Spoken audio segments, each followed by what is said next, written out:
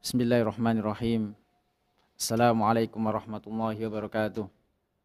Innal hamdalillah nahmaduhu wa nasta'inuhu wa nastaghfiruh wa na'udzu billahi min shururi anfusina wa sayyiati a'malina. May yahdihillahu fala mudilla lahu wa may yudlil fala hadiya lahu. Asyhadu an la ilaha illallah wahdahu la syarika lahu wa asyhadu anna Muhammadan abduhu wa rasuluh. Amma ba'd. Fa inna asdaqal hadits kitabullah wa khairul hadi hadi Muhammadin sallallahu alaihi wasallam wa syarrul umuri muhdatsatuha fa inna kulla muhdatsatin bid'ah wa kulla bid'atin dhalalah wa kulla dhalalatin finnar. Ayyuhal ikhwah, para pemirsa Al-Furqan TV dan para pendengar radio Al-Furqan, mudah-mudahan Allah Subhanahu wa taala merahmati kita semua. Pada siang yang penuh berkah ini, tak lupa kita memanjatkan syukur kita kepada Allah Subhanahu wa taala, yang mana Allah Subhanahu wa taala masih melimpahkan begitu banyak nikmatnya kepada kita semua, sehingga kita bisa berjumpa kembali melalui Al-Furqan TV atau melalui radio Al-Furqan, yaitu kita kembali mempelajari hadis-hadis Nabi Sallallahu Alaihi Wasallam dari kitab Bahja Qulubil Abrar wa Qurratu Uyuni Al-Akhyar fi Syarhi Jawami'i Al-Akhbar, karya Syekh Abdurrahman As-Sa'di rahimahullahu azza wa jal. Dan kita masih dalam penjelasan hadis ke-12,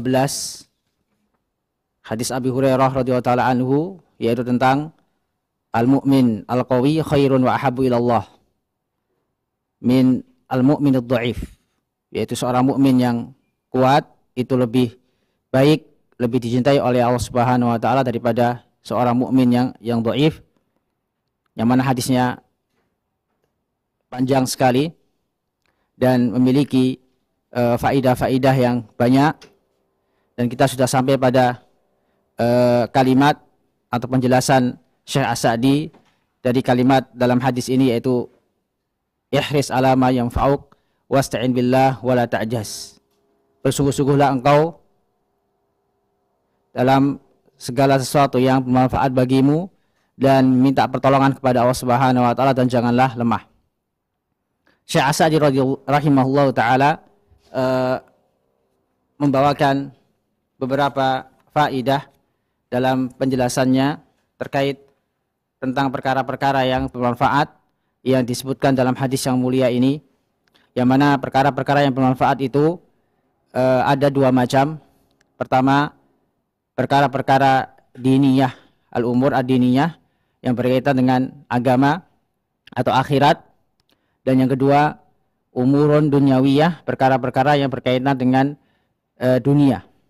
Maka kita sebagai seorang muslim dianjurkan, diperintahkan oleh Nabi SAW agar kita semangat dalam hal-hal yang bermanfaat bagi agama kita dan bagi dunia kita.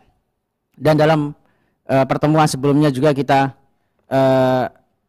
telah kita baca, telah kita sampaikan bahwasanya dalam hadis yang mulia ini terdapat tiga perkara yang penting, yang mana tiga perkara ini apabila diamalkan oleh setiap muslim, maka niscaya Allah Subhanahu wa taala akan memberikan kepadanya kebahagiaan baik di dunia maupun di akhirat. Tiga hal ini disebut oleh Nabi SAW dalam kalimat di dalam hadis yang mulia ini, yaitu ihris ala ma yanfa'uk wasta'in billah. Yang pertama ada al-hirsu, yaitu kita bersemangat, kita dituntut oleh Nabi SAW agar kita bahagia di dunia maupun di akhirat. Pertama adalah semangat. Yang kedua, al-hirsu ala ma yanfa', yaitu semangat dalam hal-hal yang bermanfaat. Karena ada sebagian yang bersemangat tapi semangatnya tidak disalurkan kepada hal-hal yang bermanfaat.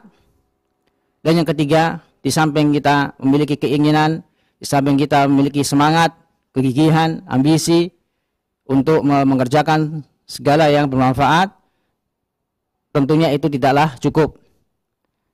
Makanya Nabi SAW mengatakan wasta'in billah. Ini yang ketiga, yaitu kita bertawakal, kita beristi'anah, meminta pertolongan kepada Allah Subhanahu wa taala, menyandarkan usaha kita kepada Allah Subhanahu wa taala, karena Allah lah yang akan membantu kita, Allah lah yang akan memberikan kemudahan dalam hal-hal yang kita lalui atau amalan-amalan yang kita laksanakan, baik itu amalan-amalan yang berkaitan dengan din, agama, ataupun amalan-amalan yang berkaitan dengan duniawiyah. Maka apabila kita ingin meraih kebahagiaan baik di dunia maupun di akhirat, maka di sini Nabi SAW menyebutkan 3 hal. Yang pertama ada al-hirsu, yaitu semangat. Yang kedua, kita salurkan semangat itu dalam hal-hal yang bermanfaat, baik manfaat yang kembali kepada agama atau manfaat yang kembali kepada dunia. Yang kedua, kita tak lupa memohon pertolongan, menyandarkan diri kita kepada Allah Subhanahu wa taala. Kemudian beliau juga menjelaskan di antara faidah dari hadis yang mulia ini juga bahwasanya perkara-perkara yang bermanfaat, khususnya yang berkaitan dengan agama, itu seluruhnya kembali kepada 2 hal. Pertama, al-ilmu nafi' dan juga al-amal saleh, yaitu ilmu yang bermanfaat dan juga amal yang saleh. Karena orang yang bahagia, orang yang memiliki ilmu yang bermanfaat, pasti dia akan bahagia, pasti hidupnya akan berbahagia baik di dunia maupun di akhirat. Demikian juga orang yang diberikan taufik oleh Allah Subhanahu wa taala, diberikan kemudahan oleh Allah Subhanahu wa taala untuk mengamalkan ilmu yang dia miliki, sehingga dia beramal di atas ilmu, tentu orang tersebut adalah orang yang paling bahagia di dunia ini. Dan pada pertemuan sebelumnya juga telah dijelaskan oleh Syekh As-Sa'di terkait cara-cara untuk meraih ilmu yang bermanfaat, yaitu ilmu yang dapat mensucikan hati dan ruh kita, dan juga ilmu yang mengantarkan kita kepada kebahagiaan baik di dunia maupun di akhirat. Di antaranya adalah dengan kita memulai dalam menuntut ilmu, kita mulai dari menghafal Al-Quran, kita mulai dari ilmu-ilmu yang ringkas, ilmu-ilmu yang ditulis oleh para ulama dalam kitab-kitab mereka. Maka seorang thalibul ilm mengawali perjalanan menuntut ilmu dimulai dari hal-hal yang ringkas, dari tulisan-tulisan para ulama, bukan mengawali dengan membaca kitab-kitab yang tebal, padahal dia belum menguasai ilmu bahasa Arab atau ilmu-ilmu alat yang lain yang dibutuhkan dalam mempelajari ilmu agama. Ini di antara cara yang disebut oleh muallif, oleh Syekh As-Sa'di, terkait cara-cara dalam menuntut ilmu, sehingga ilmu yang dia cari menghasilkan ilmu yang bermanfaat. Selanjutnya, perkara yang kedua, perkara yang bermanfaat yang kembali kepada agama adalah beramal saleh. Beramal saleh. Disebutkan oleh Syekh As-Sa'di rahimahullah taala, wa amma al-amru tsani. Adapun perkara yang kedua dari perkara-perkara yang bermanfaat yang seharusnya setiap muslim berusaha mengamalkannya, berusaha melaluinya, yaitu al-amal saleh. Setelah kita diberikan ilmu oleh Allah Subhanahu wa taala, diberikan taufik oleh Allah Subhanahu wa taala untuk menuntut ilmu, maka kita berusaha untuk mengamalkan ilmu yang kita pelajari, ilmu yang kita cari, yaitu dengan beramal saleh. Wa amal amru tsani, adapun perkara yang kedua yaitu al-amal saleh, beramal saleh. Diisyaratkan oleh Allah Subhanahu wa taala dalam surat At-Taubah terkait al-amal saleh. Allah Subhanahu wa taala berfirman, "Huwallazi arsala rasulahu bil huda wa dinil haq liyudhhirahu 'ala dini kullih walau karihal musyrikun." Dialah Allah Subhanahu wa taala yang mengutus Rasulnya dengan membawa petunjuk dan agama yang benar. Para ulama menafsirkan al-huda dalam ayat ini, yang dimaksud dengan al-huda adalah al-ilmu an-nafi, yaitu ilmu yang bermanfaat. Dan mereka juga menafsirkan ad-dinul haq. Mereka tafsirkan bahwasanya dimaksud dengan ad-dinul haq adalah al-amal saleh, yaitu amal saleh. Apa itu amal saleh? Disebutkan oleh Syekh As-Sa'di pengertian atau ta'rif dari al-amal saleh. Beliau mengatakan, "Fahuwal amalul ladzi jama'al ikhlasa lillahi wal mutaba'ata lirrasul sallallahu alaihi wasallam." Al-amal saleh atau ad-dinul haq, yang dimaksud dengan al-amal saleh adalah amalan yang terkumpul di dalamnya dua hal. Yang pertama adalah al-ikhlas lillah, yaitu ikhlas semata-mata ia tujukan untuk Allah Subhanahu wa taala. Ia beramal hanya untuk Allah Subhanahu wa taala. Dan yang kedua, al-mutaba'ah lir-rasul sallallahu alaihi wasallam. Dia beramal sesuai dengan petunjuk Nabi SAW, mengikuti Nabi sallallahu alaihi wasallam. Ini yang disebut dengan al-amal saleh. Selanjutnya beliau juga mengatakan wa huwa taqarrubu ilallah. Yang dimaksud dengan al-amal saleh juga yaitu upaya mendekatkan diri kepada Allah Subhanahu wa taala. Dengan apa? Bi'tiqadi ma yajibu lillahi min sifatil kamal. Dengan meyakini bahwasanya atau apa-apa yang wajib bagi Allah Subhanahu wa taala dari sifat-sifat yang sempurna. Jadi seorang apabila mengakui bahwasanya dia beramal saleh, maka hendaknya dia meyakini. Yang pertama kali dia meyakini bahwasanya Allah Subhanahu wa taala memiliki sifat-sifat yang sempurna. Wa ma yastahiquhu ala ibadi minal ubudiyah. Dan apa saja yang menjadikan hak Allah Subhanahu wa taala yang wajib diyakini oleh hambanya berupa al-ubudiyah atau ibadah. Karena di antara hak Allah Subhanahu wa taala, Allah Subhanahu wa taala wajib diibadahi. Hanya Allah Subhanahu wa taala sajalah zat yang kita ibadahi, yang mana kita menghambakan diri kita kepada Allah Subhanahu wa taala saja dan menjauhkan diri kita dari perbuatan syirik. Wa tanzihi amma la yaliqu bi jalalihi, dan mensucikan Allah Subhanahu wa taala dari apa-apa yang tidak sesuai, yang tidak layak bagi dengan kemuliaan Allah Subhanahu wa taala. Wa tasdiqihi wa tasdiqi rasulihi fi kulli khabarin akhbara bihi amma ma madha. Termasuk amal saleh juga kita membenarkan apa saja yang datang dari Allah Subhanahu wa taala, apa saja yang Allah Subhanahu wa taala kabarkan dalam Al-Qur'an, dan juga kita membenarkan utusannya yaitu Nabi SAW dalam setiap yang beliau kabarkan, baik hal itu berkaitan dengan perkara-perkara yang telah lalu, wa amma yustaqbal, dan perkara-perkara yang akan datang, anir rusul, atau perkara-perkara tentang Rasul, wal kutub, atau terkait dengan kitab-kitab yang Allah Subhanahu wa taala turunkan, wal malaika, atau terkait dengan malaikat-malaikat, wa ahwalil akhirah, dan juga keadaan-keadaan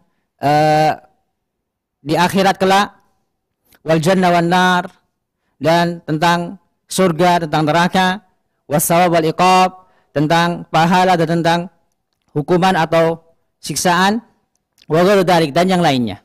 Ini adalah perkara-perkara ghaibiyat, perkara-perkara ghaib yang wajib diyakini oleh setiap muslim. Maka seorang yang beramal soleh meyakini perkara-perkara yang ghaib, meyakini bahwasanya perkara-perkara ghaib tidak ada satupun yang mengetahui kecuali Allah Subhanahu wa taala. Karena itu Allah Subhanahu wa taala berfirman dalam surat Al-An'am, wa indahu mafatihul ghaib la ya'lamuha illahu. Dan Allah Subhanahu memiliki kunci-kunci ghaib yang tidak diketahui kecuali olehnya. Maka seorang nabi pun tidak mengetahui ilmu ghaib kecuali yang dikabarkan oleh Allah Subhanahu wa taala kepadanya. Bahkan malaikat tidak mengetahui ilmu ghaib kecuali yang dikabarkan oleh Allah Subhanahu wa taala. Selanjutnya, tsumma yas'a fi ada'i ma faradahu Allah ala ibadihi. Kemudian dia berupaya untuk mengerjakan apa saja yang diperintahkan, yang diwajibkan oleh Allah Subhanahu wa taala atas hambanya. Min huquqillah, berupa hak Allah Subhanahu wa taala, yaitu beribadah kepada Allah Subhanahu wa taala, wa huquqi khalqihi, dan berkaitan dengan hak-hak makhluknya, bagaimana dia berinteraksi dengan saudaranya sama muslim atau berinteraksi dengan manusia. Wa yukmilu dzalika bin nawafil wa tatawwu'at, yang dimaksud dengan al-amal saleh tidak hanya dalam hal-hal yang wajib saja, akan tapi dia sempurnakan amal salehnya dengan mengerjakan yang sunnah-sunnah. An-nawafil wa tatawwu'at, yaitu hal-hal yang sifatnya sunnah, yang tidak wajib, khususan al-mu'akkadah, khususnya sunnah-sunnah yang sifatnya mu'akkad. Sunnah yang sifatnya mu'akkad yang ditekankan oleh Nabi SAW, seperti salat rawatib, seperti qabliyah subuh, salat witir. Ini sunnah-sunnah yang ditekankan oleh syariat, ditekankan oleh Nabi SAW. Karena di antara faidah ibadah-ibadah yang hukumnya sunnah, faidahnya adalah melengkapi ibadah-ibadah yang wajib yang kurang sempurna. Ibadah-ibadah wajib yang kita kurang sempurna dalam mengerjakannya, sehingga ditutupi dengan ibadah-ibadah yang sunnah, seperti sholat-sholat sunnah atau puasa-puasa sunnah atau yang lainnya dari ibadah-ibadah yang sunnah. Khususun al-mu'akkadah fi awqatiha, khususnya sunnah, ibadah-ibadah yang sunnah yang dikerjakan pada waktunya. Musta'inan billahi ala fi'liha, dia meminta pertolongan kepada Allah Subhanahu wa taala dalam mengerjakannya. Jadi seorang tidak menyandarkan dirinya kepada dirinya sendiri, meskipun dia sholat baik yang wajib maupun yang sunnah, dia berusaha untuk meminta pertolongan kepada Allah Subhanahu wa taala, karena yang memberikan taufik adalah Allah Subhanahu wa taala. Dia bisa mengerjakan yang wajib, mengerjakan yang sunnah, itu murni dari pertolongan Allah Subhanahu wa taala, murni bantuan dari Allah Subhanahu wa taala, taufik dari Allah Subhanahu wa taala. Wa ala tahqiqiha wa takmiliha, dan dia juga berupaya untuk menyempurnakan, merealisasikan dan menyempurnakan ibadah-ibadahnya. Wa fi'liha ala wajhil ikhlasillahi la yasubu gharadun minal aghrad an-nafsiyah. Dan juga ketika dia mengerjakan amal tersebut, dia kerjakan dengan ikhlas, yang mana tidak tercampuri dengan tujuan atau ambisi-ambisi pribadi atau ambisi-ambisi duniawi. Karena terkadang seorang beribadah kepada Allah Subhanahu wa taala bukan murni karena Allah Subhanahu wa taala, bukan murni semata-mata mengharap wajah Allah Subhanahu wa taala. Terkadang seorang beribadah karena ingin meraih dunia, meraih popularitas, agar diberikan oleh Allah Subhanahu wa taala kekuasaan, wanita, harta atau yang lain. Ini termasuk ambisi-ambisi yang tercela, yang dapat menghapus amalan seorang hamba. Apabila demikian, maka akan sia-sia amalannya, akan sia-sia ibadah yang dia lakukan apabila dia kerjakan bukan selain Allah Subhanahu wa taala atau untuk tujuan selain Allah Subhanahu wa taala. Selanjutnya, kata Syekh As-Sa'di rahimahullah, wa kadzalika yataqarrabu ila Allah bi tarkil muharramat.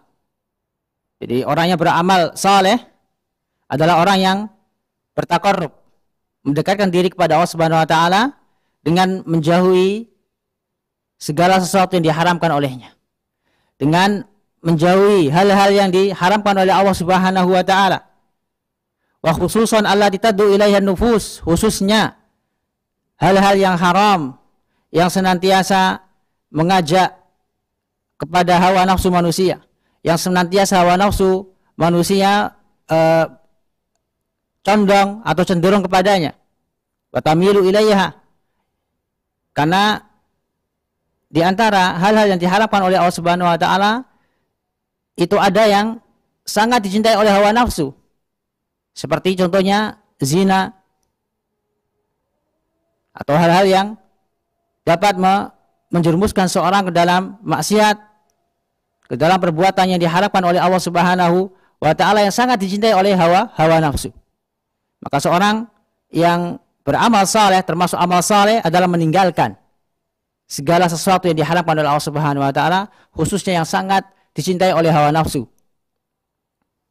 Wa yataqarrab ila rabbi bitarkiha, maka dia mendekatkan diri kepada Allah Subhanahu wa taala dengan meninggalkan hal-hal yang haram tersebut lillah, yaitu untuk Allah Subhanahu wa taala, bukan karena takut dilihat orang lain, bukan karena faktor-faktor yang lain, tapi dia murni, dia meninggalkan maksiat, meninggalkan yang diharapkan oleh Allah Subhanahu wa taala karena takut akan iqab Allah Subhanahu wa taala.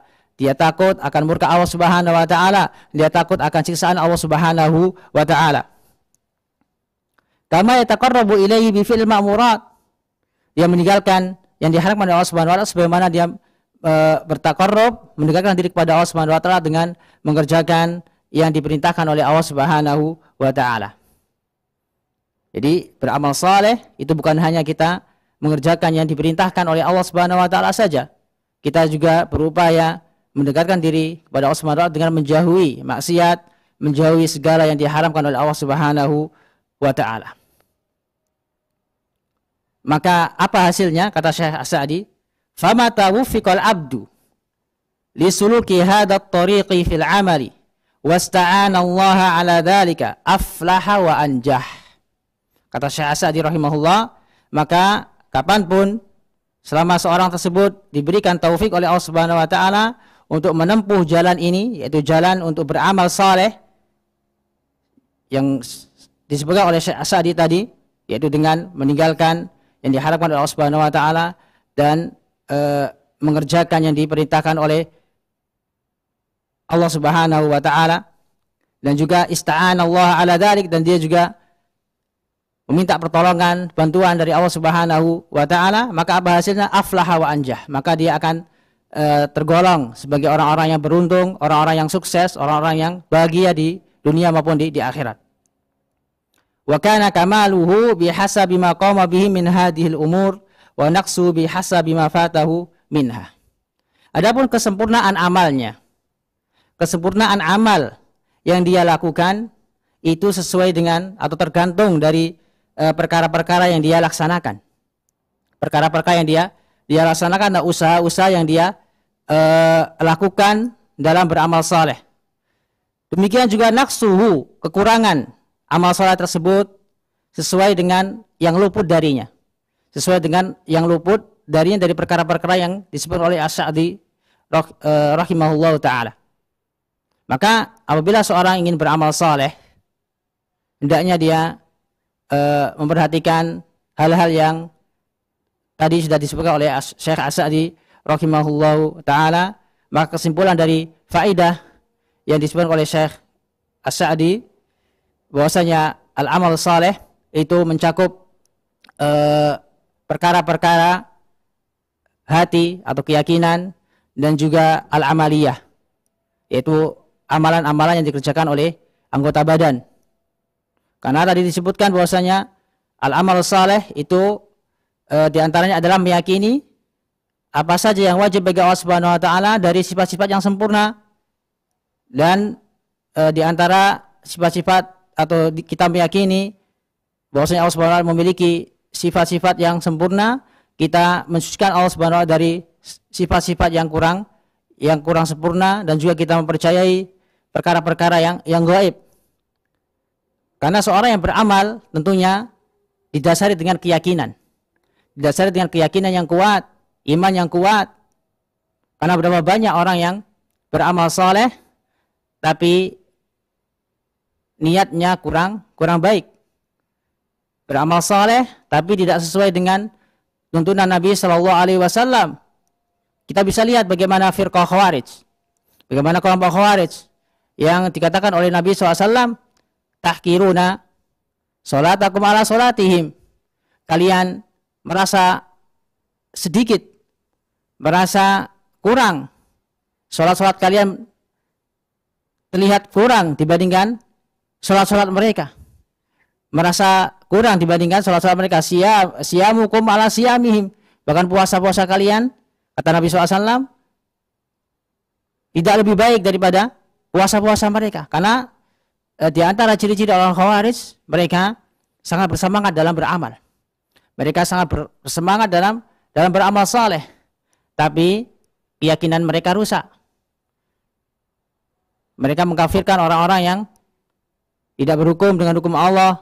Mereka mengkafirkan orang-orang yang mengerjakan dosa-dosa besar, dan bahkan mereka mengkafirkan sahabat Ali radhiyallahu taala anhu, bahkan membunuh sahabat Ali radhiyallahu taala anhu.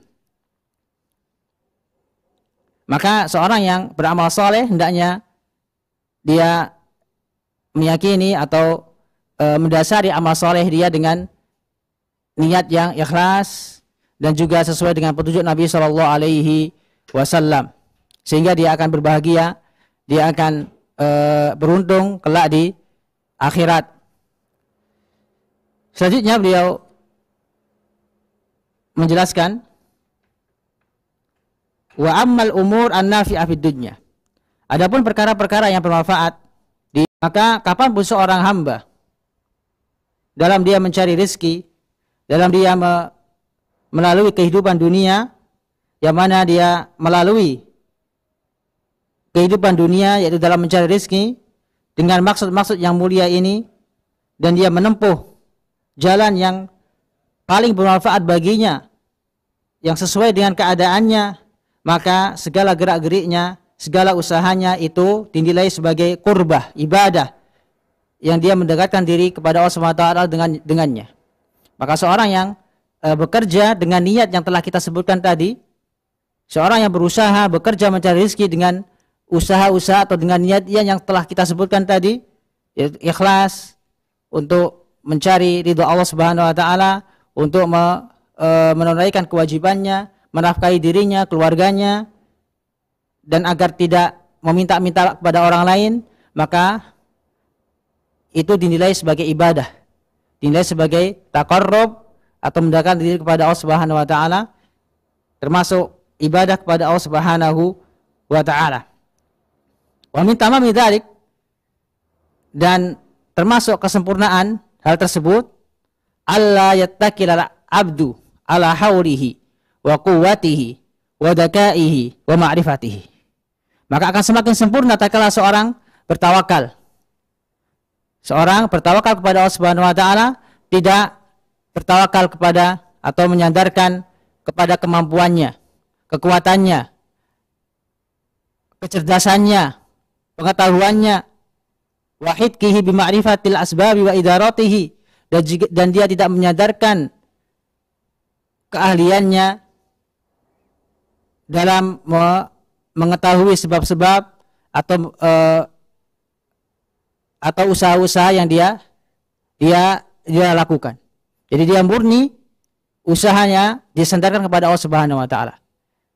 Bukan dia sandarkan kepada kecerdasannya, kekuatannya, kemampuannya, bukan. Dia sandarkan hal tersebut kepada Allah Subhanahu wa taala. Karena itu beliau katakan bal yasta'in bi rabbih. Akan tapi dia meminta pertolongan kepada Allah Subhanahu wa taala meskipun dalam perkara-perkara dunia. Meskipun dalam perkara-perkara dunia dia sandarkan, dia meminta pertolongan kepada Allah Subhanahu wa taala, bertawakal kepada Allah Subhanahu wa taala. Mutawakkilan alaih, bertawakal kepadanya. Rajian minhu, dia mengharap dari Allah Subhanahu wa taala ayu yassirahu li aisaril umuri wa anjahiha. Dia mengharap pada Allah Subhanahu wa taala agar dimudahkan segala urusannya, agar Allah Subhanahu wa taala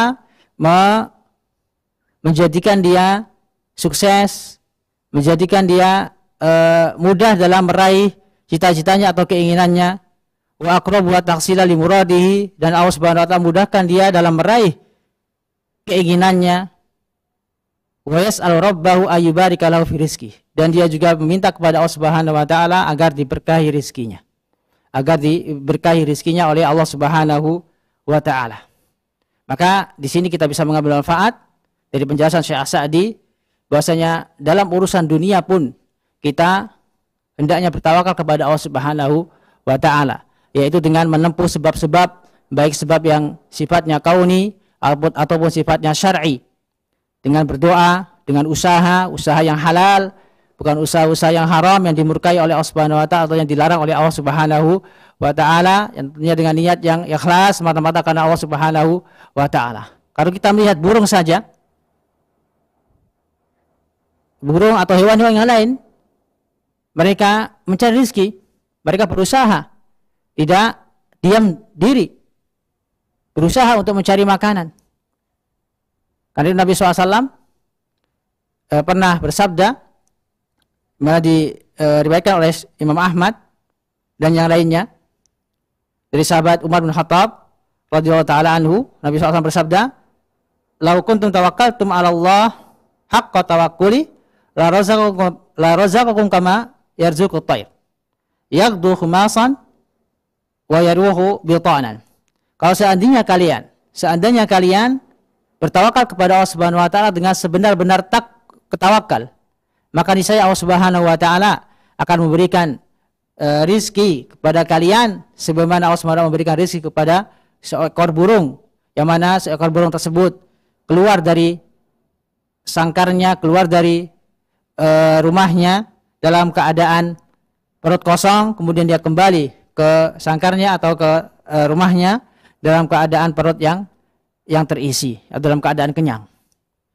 Maka dalam perkara dunia pun kita hendaknya berusaha untuk bersemangat mencari rizki atau mencari hal-hal yang bermanfaat untuk dunia kita, yang tentunya kita iringi dengan isti'anah, meminta pertolongan kepada Allah Subhanahu wa taala. Maka ini adalah tawakal, bentuk tawakal kita kepada Allah Subhanahu wa taala. Selanjutnya beliau menjelaskan tentang rizki yang berkah. Karena seorang hamba menginginkan keberkahan dari Allah Subhanahu wa taala, agar Allah Subhanahu wa taala berikan keberkahan dalam rizki, dalam hartanya, dalam ilmunya. Maka dimaksud dengan al-barakah fil rizq, kata Syekh As-Sa'di rahimahullah, beliau berkata, fa awwalu barakatir rizqi, maka keberkahan rizki yang pertama adalah ayakuna muassasan ala taqwa wan niyatis salihah. Rizki yang berkah adalah rizki yang didasari di atas ketakwaan dan niat yang saleh. Wa min barakati rizq ay yuwaffaqal abdu liwad'ihi fi mawadhi'il wajibah wal mustahabbah. Dan termasuk keberkahan rizki, termasuk rizki yang berkah, seorang hamba menyalurkan hartanya atau rizki yang diamanahkan oleh Allah Subhanahu wa taala, yang dititipkan oleh Allah Subhanahu wa taala kepadanya, dia salurkan kepada segala yang wajib seperti zakat-zakat yang wajib dan yang sunnah, atau dengan cara mensedekahkan. Orang yang rizkinya berkah adalah orang-orang yang membayar zakat, yang mensucikan atau membersihkan hartanya dengan membayar zakat yang wajib yang diwajibkan oleh Allah Subhanahu wa taala, ataupun dengan sedekah atau zakat yang sifatnya sunnah, Maka tatkala kita ingin rizki kita berkah, maka pertama kata Syekh As-Sa'di, hendaknya kita bertakwa kepada Allah Subhanahu wa taala, dan juga kita ikhlaskan niat kita hanya kepada Allah Subhanahu wa taala dalam mencari rizki. Dan termasuk rizki yang berkah adalah seorang menyalurkan hartanya atau sebagian hartanya untuk membayar zakat atau sedekah kepada orang-orang yang membutuhkan. Selanjutnya beliau memberikan contoh yang lain terkait rizki yang berkah. Wa min barakatir rizq, di antara keberkahan rizki, Allah yansal abdu al-fadla fil muamalah. Hendaknya seorang hamba tidak lalai dalam keutamaan dalam bermuamalah. Kama qala ta'ala, sebagaimana Allah Subhanahu wa taala berfirman, wala tansabul fadla bainakum. Dan janganlah kalian lalai atau lupa keutamaan di antara kalian. Keutamaan di antara kalian. Maksudnya apa? Kata Syekh Sa'di bi Taisir al-Musirin. Termasuk keberkahan rezeki, seorang memudahkan saudaranya, memudahkan orang-orang yang kurang hartanya, al-musir atau orang-orang yang kurang hartanya. Jadi ketika bermuamalah dengan saudaranya sesama muslim, dia memudahkan dalam muamalah. Ketika jual beli kepada sesama saudara muslim yang dia tahu dia adalah orang yang membutuhkan, maka dia tidak menjual barangnya dengan harga yang mahal, karena dia tahu bahwasanya saudaranya sangat membutuhkan. Ini di antara keberkahan rezeki. Di antara keberkahan rezeki juga indoril mu'sirin. Dia menangguhkan hutang orang-orang yang berhutang, menangguhkan hutang orang-orang yang berhutang. Wal muhaba indal bai'i wasyira. Dan dia tidak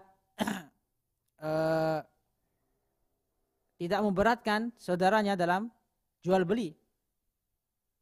Tidak memberatkan saudaranya dalam perkara jual beli. Bima tayassara min qaulin aw katsir, sesuai dengan yang dia memiliki kemampuan atau sesuai dengan kemudahannya, baik yang kecil maupun yang besar. Fa bidzalika yanal abdu khairan katsir. Maka dengan demikian seorang tersebut akan mendapatkan kebaikan yang banyak. Selanjutnya beliau jelaskan, fa in qila ayyul makasibi aula wa afdal. Dan jika ditanyakan pekerjaan apakah yang paling mulia, yang paling afdal, maka dijawab qila qad ikhtalafa ahlul ilmi fi dzalik. Para ulama berbeda pendapat tentang pekerjaan yang afdal. Pekerjaan yang afdal menurut Nabi SAW, menurut syariat. Minhum man faddala az-zira'a wal hirasah. Di antara para ulama ada yang mengutamakan bekerja tani atau bercocok tanam. Jadi di antara pekerjaan yang mulia, pekerjaan yang afdal, sebagian para ulama mengatakan bahwasanya pekerjaan yang afdal adalah dengan bercocok tanam atau bertani. Wa minhum man faddala al-bai' wasyira'. Di antara para ulama juga ada yang mengatakan bahwasanya pekerjaan yang utama, pekerjaan yang afdal adalah jual beli. Wa minhum man faddala al-qiyam bisina'at wal hiraf wa nahwiha. Ada juga yang mengatakan bahwasanya pekerjaan yang mulia, pekerjaan yang afdal adalah dengan cara industri atau membuat kerajinan-kerajinan atau yang lainnya. Wa kullun minhum adla bi hujjati. Dan masing-masing ulama membawakan dalil-dalilnya. Walakinna hadzal hadis wal fasil liniza. Akan tapi hadis ini adalah hadis yang menjelaskan atau yang memisahkan khilaf di antara para ulama. Sebagai penengah dari khilaf para ulama terkait pekerjaan yang paling afdal yang harusnya dikerjakan oleh seorang, harusnya dipilih oleh seorang muslim, maka hadis ini sebagai penengah dari perselisihan oleh para ulama terkait pekerjaan yang afdal yang hendaknya dikerjakan oleh seorang muslim. Maka apa saja pekerjaan yang selama itu halal, selama itu tidak menyelisihi syariat Islam, maka itu adalah pekerjaan yang mulia, pekerjaan yang bermanfaat. Kata Nabi SAW, ihris ala ma yanfa'uk wasta'in billah. Bersungguh-sungguhlah terhadap segala sesuatu atau apa-apa yang bermanfaat bagimu, yang mencakup perkara-perkara dunia maupun perkara-perkara agama. Wasta'in billah, dan meminta pertolongan kepada Allah Subhanahu wa taala. Di sini disebutkan secara umum, ala ma yanfa'uk, segala yang bermanfaat bagimu. Maka masuk di dalamnya apa? Pekerjaan tani, bercocok tanam, jual beli atau yang lainnya, yang masing-masing dikembalikan sesuai dengan keahlian masing-masing. Tidak perlu memaksakan diri, karena masing-masing memiliki kemampuan atau keahlian di bidangnya. Beliau katakan di sini, wan nafi'u min dzalika ma'lumun annahu yakhtalifu bi ikhtilafil ahwal wal ashkhas. Dan sesuatu yang bermanfaat telah diketahui bahwasanya hal itu berbeda-beda sesuai dengan kondisi atau perorangan, kondisi atau perbedaan keahlian masing-masing. Wa minhum man takunu al-hirasa wa zira' afdal fi haqqihi. Di antara mereka ada yang memilih bercocok tanam atau bertani karena itu yang lebih afdal atau lebih sesuai dengan dirinya. Wa minhum man yakunul bai' wasyira', dan di antara mereka, di antara manusia ada yang lebih cocok untuk jual beli sesuai dengan kemampuannya. Wal qiyam bis sina'ati allati yuhsinuha afdal fi haqqihi, dan ada juga yang lebih cocok dalam pekerjaan as-sina'ah yang berkaitan dengan industri atau pekerjaan tangan. Fal afdal min dzalika wa ghairu anfa', maka yang paling afdal adalah yang paling bermanfaat baginya. Yang paling bermanfaat baginya yang sesuai dengan kemampuannya. Ini penjelasan Syekh As-Sa'di rahimahullahu taala terkait perkara-perkara yang bermanfaat yang berkaitan dengan dunia seperti pekerjaan dan yang lainnya yang berhubungan dengan dunia.